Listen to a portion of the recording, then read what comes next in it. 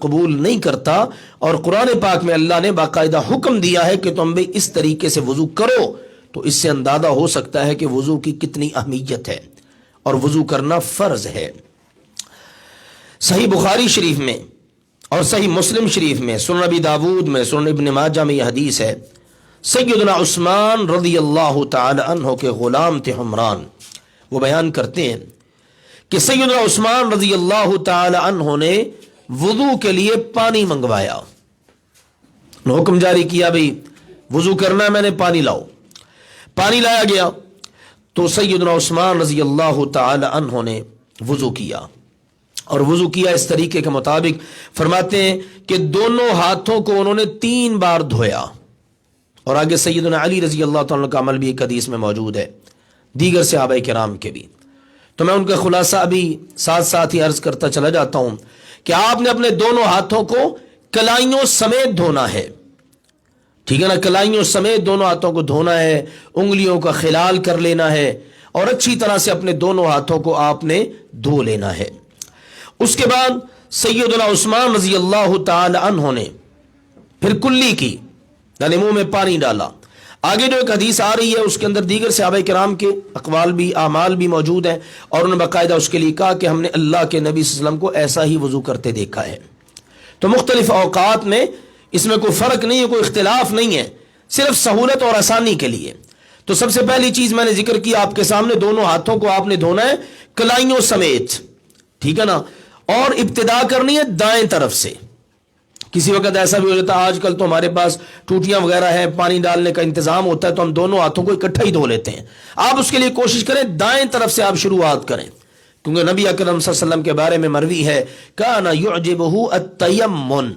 اللہ کے نبی صلی اللہ علیہ وسلم ہر اچھے معاملے میں، اور وضو کا بھی خاص ذکر ہے کہ اپنی دائیں سائڈ سے، رائٹ سائڈ سے آپ عمل کرنا شروع کرتے اور اس کو پسند فرماتے۔ تو پہلے آپ اپنا دایاں ہاتھ دھو لیں، پھر اس کے بعد بایاں دھو لیں، اچھی طرح انگلیوں کا خلال کریں، اور یہ کلائیوں سمیت آپ نے دونوں ہاتھوں کو دھو لینا ہے۔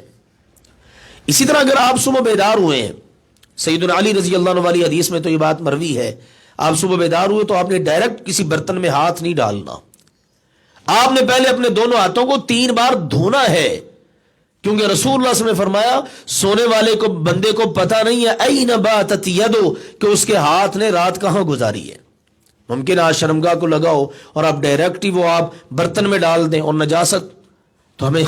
کتنی خوبصورت تعلیمات اس حوالے سے دی گئی ہیں تاکہ ہر معاملے میں ہم صاف ستھرے رہیں۔ تو سب سے پہلے آپ نے دونوں ہاتھوں کو 3 بار دھونا ہے، اس کے بعد آپ نے چلو لینا ہے پانی کا اور منہ میں پانی ڈال لینا ہے۔ اب اس کے 2 طریقے ہیں، اس حدیث میں سیدنا عثمان رضی اللہ عنہ والی حدیث میں تو ہے کلی الگ سے کر لیں، ناک میں پانی الگ سے ڈال لیں۔ آگے جو حدیث ہے دیگر بات صحابہ کرام سے، اس میں ہے ایک ہی چلو لیا، کچھ پانی منہ میں ڈال لیا اور تھوڑا سا بچا کر ناک میں، اور ایک ہی وقت میں آپ نے منہ کی اور ناک کی صفائی کر لی۔ اب منہ میں پانی ڈالا، وضو نہیں ہے تو اچھی طرح آپ غرارے کریں، حلق تک پانی پہنچائیں، اور منہ کو اچھی طرح صاف کریں، مسواک ہے تو وہ کر لیں، اجر بڑھ جائے گا۔ ایک حدیث میں تو یہاں تک ہے کہ اگر آپ کے پاس مسواک نہیں ہے، یہ جو دائیں ہاتھ کی شہادت والی انگلی منہ میں پھیرتے ہیں اس نیت کے ساتھ کہ مسواک کا کام کرے، تو آپ نے فرمایا یہ کفایت کر جائے گی۔ تو اس لیے منہ کو اچھی طرح صاف کریں، اس کے بعد ناک میں پانی ڈالیں، استنشاق، استنصار، یعنی ناک میں آپ نے پانی اوپر کی طرف کھینچنا ہے، پھر اس کے بعد ناک کو جھاڑنا ہے۔ یہ بائیں ہاتھ کی چیچی انگلی کے ساتھ ناک کے دونوں سوراخوں کے اندر اس کو ڈال کے اچھی طرح صفائی کرنی ہے، ناک جھاڑنا ہے۔ تو یہ حکم ہے رسول اللہ صلی اللہ علیہ وسلم کا۔ آپ نے فرمایا فمضمض، اچھی طرح کلی بھی کرو، اور جس وقت تم نے وضو کرنا ہے ناک میں اچھی طرح پانی ڈالو اور ناک کو اچھی طرح جھاڑو، صاف کرو۔ اس کے بعد اگلا مرحلہ ہے کہ آپ نے اپنے چہرے کو دھونا ہے۔ آپ نے دونوں ہاتھوں کا یہ ایک مٹھی بنا کر، بک بنا کر آپ نے اس میں پانی لیا اور اپنے چہرے پر ڈال لیا۔ اب من منابت الشعر، جہاں سے سر کے بال شروع ہوتے ہیں نا، وہاں اس کے نیچے سے یہ سارا چہرہ ہے، یہاں سے آپ پورا ٹھوڑی سمیت یہ پورا آپ نے اپنا چہرہ دھونا ہے، دونوں طرف کانوں تک، یہ اس کی حدود ہے۔ اوپر سر کے بال جہاں سے شروع ہوتے ہیں وہاں سے نیچے والا پیشانی کا یہ حصہ اور نیچے ٹھوڑی سمیت، اب اس کو آپ نے 3 بار دھونا ہے۔ اگر آپ سمجھتے ہیں کہ میری داڑھی گھنی ہے اور 3 مرتبہ میں کفایت نہیں ہو سکی تو آپ کو الگ سے ایک چلو لے کر داڑھی کے نیچے داخل کر کے آپ کو اس کا خلال کرنے کی اجازت ہے۔ اس کے بعد آپ نے اپنے دائیں بازو کو دھونا ہے کوہنی سمیت، اچھی طرح مل مل کے، حدیث کے اندر الفاظ ہیں کہ ان کو اچھی طرح مل مل کے اعضائے وضو کو دھویا جائے، آپ نے اس کو دھونا ہے۔ اور یہاں پر یہ بات بھی یاد رکھیے، سیدنا ابو ہریرہ رضی اللہ تعالیٰ عنہ بیان کرتے ہیں، رسول اللہ صلی اللہ علیہ وسلم نے فرمایا ان امتی یدعون یوم القیامت غرا محجلین من آثار الوضوء، قیامت کے دن میری امت کے اعضائے وضو چمک رہے ہوں گے اور اسی کی بنیاد پر ان کو بلایا جائے گا۔ آؤ بھئی امت محمد علی صاحبہا الصلاۃ والسلام آ جائے، اور یہ امت پہچانی جائے گی کس وجہ سے؟ اعضائے وضو چمک رہے ہوں گے۔ اور رسول اللہ صلی اللہ علیہ وسلم نے فرمایا تم میں سے جس کا دل چاہتا ہے اپنی اس چمک کو بڑھانے کو وہ بڑھا لے۔ اسی لیے سیدنا ابو ہریرہ رضی اللہ تعالی عنہ اپنے بازو کونیوں تک نہیں بلکہ کندھوں تک دھو لیتے، اپنے پاؤں صرف ٹخنوں تک نہیں گھٹنوں تک دھو لیتے۔ پوچھنے پر بتانے لگے کہ میرا دل یہ چاہتا ہے قیامت کے دن جب میرے اعضاء چمک رہے ہوں نا تو یہاں تک چمک رہے ہوں۔ سبحان اللہ، میں تو اپنی چمک بڑھانا چاہ رہا ہوں۔ اتنا یقین تھا اللہ کے نبی صلی اللہ علیہ وسلم کی احادیث مبارکہ پر، صحابہ کرام رضوان اللہ علیہ مجمعین کو۔ تو کوہنی سمیت دھونا یہ تو وضو کا لازمی حصہ ہے نا۔ اور ایک بات یہاں پر عرض کروں، فقہی ابحاث ہیں فقہا کی، یہ وضو کے فرائض ہیں، یہ غسل کے فرائض ہیں اور ان کو پورا کرنا ہر صورت میں لازم ہے، سنن چھوٹ بھی جائے تو کوئی حرج نہیں، ایسی سوچ نہیں رکھنی چاہیے۔ صحابہ کرام نے کبھی اس قسم کی بحث کی نہیں اور ان معاملات میں پڑے ہی نہیں۔ فقہا اور ائمہ کا احترام اپنی جگہ پر ہے، ہم ان کی خدمات کو سلام پیش کرتے ہیں، لیکن میں کہتا ہوں کہ ان کی باتوں کو انہی تک چھوڑ دیجئے۔ ہمیں جو اللہ کے نبی صلی اللہ علیہ وسلم نے تعلیمات دی ہیں نا، ہم ان کو فالو کریں۔ ہمارے پیارے نبی اکرم صلی اللہ علیہ وسلم نے ہمیں یہ مکمل تعلیم دی ہے، اس طرح سے وضو کرنا ہے، اور صحیح حدیث میں یہ سارا طریقہ موجود ہے اور اسی کی فضیلت ہے۔ تو اب ہم ان بحثوں میں پڑ جائیں یہ فلاں عمل سنت ہے، فلاں عمل فرض ہے، لہذا اس کو کرنا ضروری ہے، یہ نہ بھی کیا جائے تو کوئی حرج نہیں، ایسا کام نہیں کرنا۔ تو اپنے اعضائے وضو کو آپ نے مکمل دھونا ہے، بازو دایاں دھوئیں کوہنی سمیت، پھر اس کے بعد بایاں دھوئیں کوہنی سمیت اور مل مل کے، اور اس کے بعد سر کا مسح کرنا ہے آپ نے۔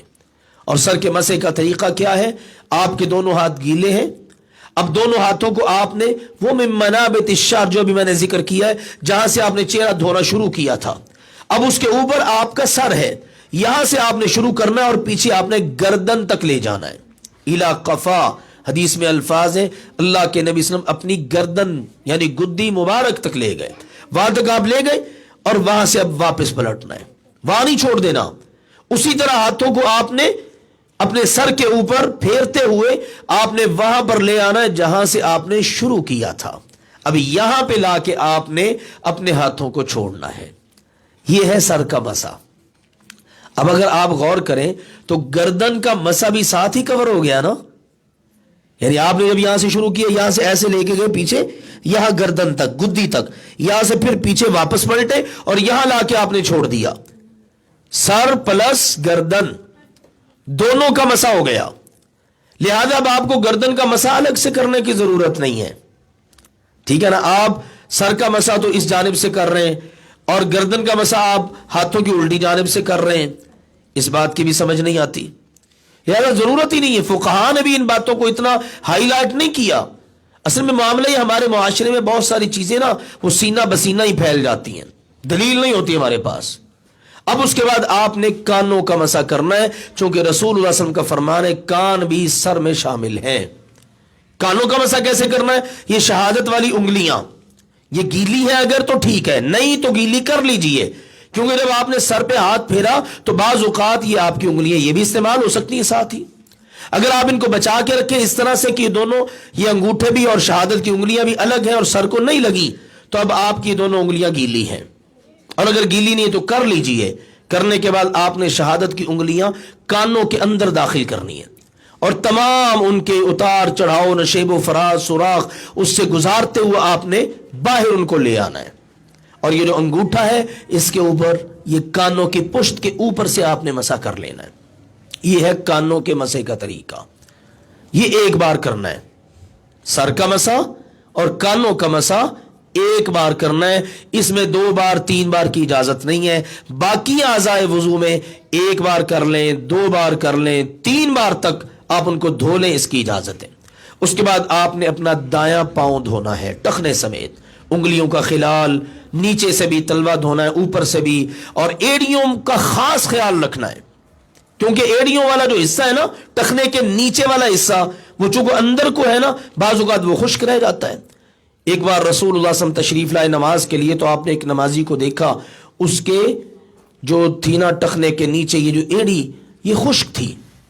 تو آپ نے اسی موقع پر دیکھ کے فرمایا وَيْلٌ لِلْأَعْقَابِ مِنَ النَّارِ، ایڑیوں والوں کے لیے جہنم کی آگ سے ویل ٹھکانا ہے۔ آپ اندازہ کریں کہ کتنی بڑی وعید ہے اس پر، اور آپ نے حکم دیا کہ جاؤ وضو کر کے آؤ، تو اس کا مطلب وضو مکمل نہیں نہ ہوا، اس لیے اس چیز کا خیال رکھنا ہے۔ مکمل پاؤں کو اچھی طرح آپ نے دھونا ہے، مل مل کے دھوئیں۔ اور میں نے پچھلی بار غالباً بیان بھی کیا تھا، جامع ترمذی وغیرہ میں ہے کہ آپ اپنے دونوں ہاتھوں کا بھی استعمال کر سکتے ہیں، اس کے ضروری نہیں ہے کہ آپ نے صرف بائیں ہاتھ سے یا دائیں ہاتھ سے، آپ دونوں ہاتھ، شریعت نے آپ کو اجازت دی ہے تاکہ آپ مکمل وضو کر لیں اور کوئی جگہ خشک نہ رہنے پائے۔ تو آپ نے پاؤں کو ٹخنے سمیت دائیں کو دھو لینا ہے، پھر اس کے بعد بائیں پاؤں کو ٹخنے سمیت آپ نے دھو لینا ہے، یہ آپ کا وضو اس سے مکمل ہو گیا۔ سیدنا عثمان رضی اللہ تعالی نے وضو کیا، یہ اسی طرح مکمل وضو، اور کرنے کے بعد فرمایا، رسول اللہ صلی اللہ علیہ وسلم نے فرمایا من توضأ نحو وضوئی ھذا، جس نے میرے اس وضو کی طرح وضو کیا اور بڑا اچھا اہتمام سے وضو کیا، پھر اس کے بعد اس نے 2 رکعتیں پڑھ لی، اور ان 2 رکعتوں میں خیالات میں نہ پڑا، اپنے آپ سے باتیں نہ کی، سوچیں نہیں آئیں، فکریں نہیں، بالکل یکسوئی کے ساتھ اس نے 2 رکعتیں پڑھ لی، تو اللہ کے نبی صلی اللہ علیہ وسلم نے فرمایا غفر له ما تقدم من ذنبه، اللہ اس کے گزشتہ تمام گناہوں کو معاف کر دے گا۔ آپ وضو کا مقام دیکھیے، صرف من توضا نہیں کہا، صرف وضو نہیں، احسن الوضو، بہترین وضو کیا، پھر یہی نہیں کہا نحو وضوئی، اللہ کے نبی صلی اللہ علیہ وسلم نے فرمایا میرے اس وضو کی طرح وضو کیا تو نماز کا یہ درجہ ہوگا۔ اور اگر آپ نے اپنی مرضی کا وضو کر لیا، طہارت ہی حاصل کرنی ہے نا جی، میں نے تو بس نہا لیتا ہوں، میں تو وضو نہیں کر پاتا، میں تو اسی میں سمجھ لیتا ہوں کہ چلیں تمام اعضائے وضو دھوئے گئے، نہیں بھائی جان، یہ نہیں چلے گا۔ اللہ کے نبی صلی اللہ علیہ وسلم نے یہ بات بتائی ہے، وضو جس نے کیا بہترین، اور باقاعدہ کر کے بتایا، پھر کہا نحو وضوئی ھذا، میرے اس وضو کی طرح جو وضو کرے گا نا، آپ نے فرمایا اس کو یہ مرتبہ اور مقام ملے گا۔